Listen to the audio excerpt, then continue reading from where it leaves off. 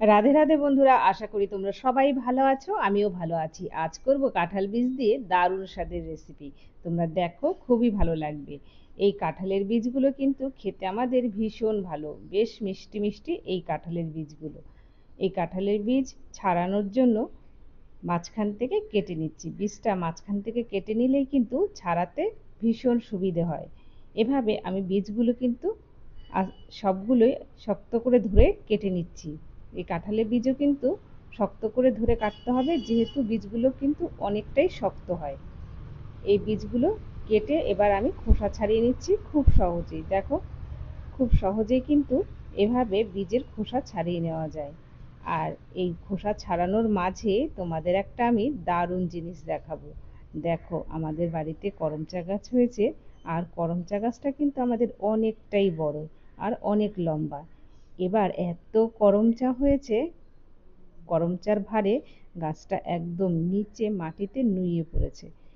দেখো, অনেক করমচা এখনো কাঁচা আছে, আর বেশিরভাগ করমচাই কিন্তু আমাদের পেকে গেছে। আর পাকলে কি সুন্দর হয় রংটা। এই ফাঁকে আমার বীজগুলো সব খোসা ছাড়ানো হয়ে গেছে। দেখো কি সুন্দর হয়েছে খোসা ছাড়ানোর পর। এবার কড়াতে আমি জল বসিয়ে দিয়েছি। জলে লবণ দিয়ে কাঁঠালের বীজগুলো দিয়ে এবার ঢেকে দেব, সেদ্ধ হতে থাক। এ ফাঁকে আমি কিছুটা পেঁয়াজ কুচিয়ে নিচ্ছি। এখানে আমি দুটো বড় সাইজের পেঁয়াজ কুচিয়ে নেব। আর পেঁয়াজটা একটু পাতলা পাতলা করে আমি কুচিয়ে নিচ্ছি। এখানে পাতলা পাতলা করে কুচিয়ে নিলেই কিন্তু ভাজতে বেশি সুবিধা হয়।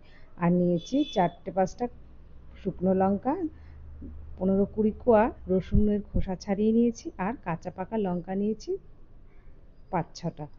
এখানে কাঁচা পাকা লঙ্কা আর শুকনো লঙ্কা মিশিয়ে আমি বাটাটা করব। আর এদিকে আমার কাঁঠাল বীজগুলো খুব সুন্দর সেদ্ধ হয়ে গিয়েছিল, আমি সব তুলে নিয়েছি।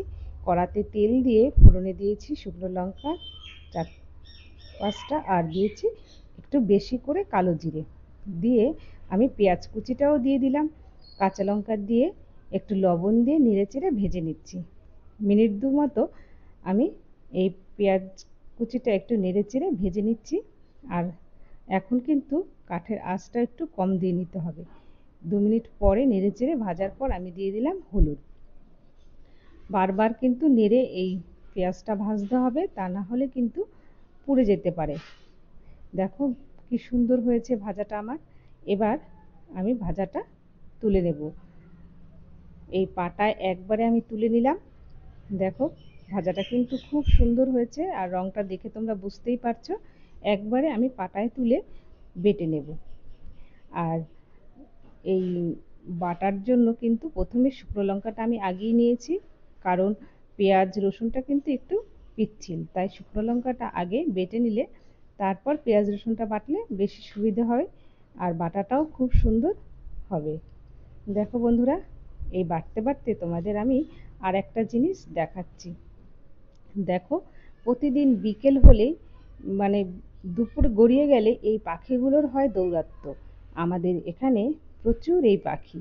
দেখো, এই পাখিটার পেছনে, ওই পিছনে ডালগুলোতে কতগুলো এই পাখি বসে আছে, আর খুব সুন্দর এরা ডাকে, ভালো লাগে এই পাখিগুলোর ডাক। বিকেল হলেই এরা কিন্তু খুব সুন্দর ডাক শুরু করে দেয়। আর এর ফাঁকে আমার বাটাটাও হয়ে গেছে। আমি পাটা থেকে তুলে নেব, সব কাচিয়ে নিচ্ছি সুন্দর করে। দেখো, এভাবে বাটাটা কিন্তু খুব সুন্দর করে বেটে নিতে হবে। আমি খুব সুন্দর করে বেটে নিয়েছি।